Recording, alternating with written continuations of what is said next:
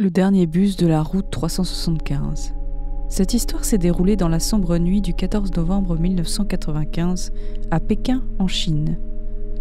Un vieil homme, certains disent une vieille femme, attendait à un arrêt de bus à minuit, faisant la conversation avec la seule autre personne à l'arrêt, un jeune homme tranquille. Lorsque le bus 375 de minuit, le dernier de la ligne 375 au départ du terminus de Huanminhuan, est enfin arrivé. Ils sont tous deux montés à bord. Le vieil homme a pris la place à l'avant du bus, tandis que le jeune homme s'est assis quelques rangées derrière lui. Il n'y avait pas d'autres passagers avec eux, à l'exception du chauffeur et d'une contrôleuse. Au bout d'un moment, le chauffeur aperçut deux ombres sur le bord de la route, qui faisaient signe au bus. Il s'est arrêté, et lorsque les portes se sont ouvertes, 3 personnes sont montées à bord. 2 hommes qui en soutenaient un troisième entre eux, en le tenant par les épaules. L'homme du milieu avait l'air ébouriffé, et sa tête était inclinée de sorte que personne ne pouvait voir son visage. Il régnait à l'intérieur du bus une atmosphère lugubre et calme.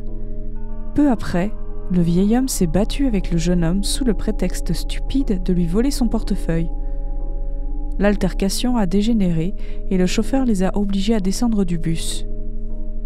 Lorsqu'ils sont descendus et que le bus s'est éloigné, le vieil homme n'était plus en colère. Il a dit au jeune homme qu'il leur avait sauvé la vie. Ces 3 nouveaux passagers n'avaient pas de pieds, ils flottaient. Ce n'étaient pas des personnes vivantes, a-t-il déclaré. Ils se sont ensuite rendus au poste de police le plus proche pour signaler ce qui s'était passé, mais personne ne les a crus. Dès le lendemain, la compagnie de bus a publié un communiqué.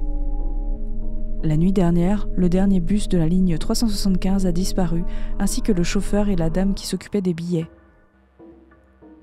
La police a immédiatement poursuivi le vieil homme et le jeune homme que l'on avait d'abord soupçonnés d'être des malades mentaux lorsqu'ils avaient tenté de signaler l'incident. Ils ont tous deux été interviewés aux informations. Le 3e jour, la police a découvert le bus disparu dans un réservoir d'eau à environ 100 km de sa destination, Huangshan, ou colline parfumée. À l'intérieur du bus se trouvaient 3 cadavres en état de décomposition avancée. Les mystères qui entourent cette découverte sont les suivants.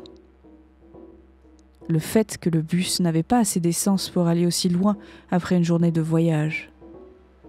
Le fait que le réservoir d'essence avait été rempli de sang frais au lieu de carburant. Le fait que les cadavres trouvés étaient trop décomposés en 48 heures seulement. Même si c'était l'été, le processus de décomposition n'aurait pas été aussi rapide. L'autopsie a confirmé qu'il n'y avait pas eu de manipulation intentionnelle des corps. Le fait que, même après avoir passé en revue toutes les caméras de sécurité installées autour des différentes entrées du réservoir, la police n'a rien trouvé d'anormal. À ce jour, le mystère reste entier. Je n'ai jamais adoré le bus. Là, j'avoue que ça n'aide pas du tout. Et vous, avez-vous un mystère non résolu préféré ? Partagez-le dans les commentaires, et si vous avez aimé l'histoire, mettez un pouce vers le haut, abonnez-vous pour ne pas rater la prochaine vidéo, qui sera pleine de surprises.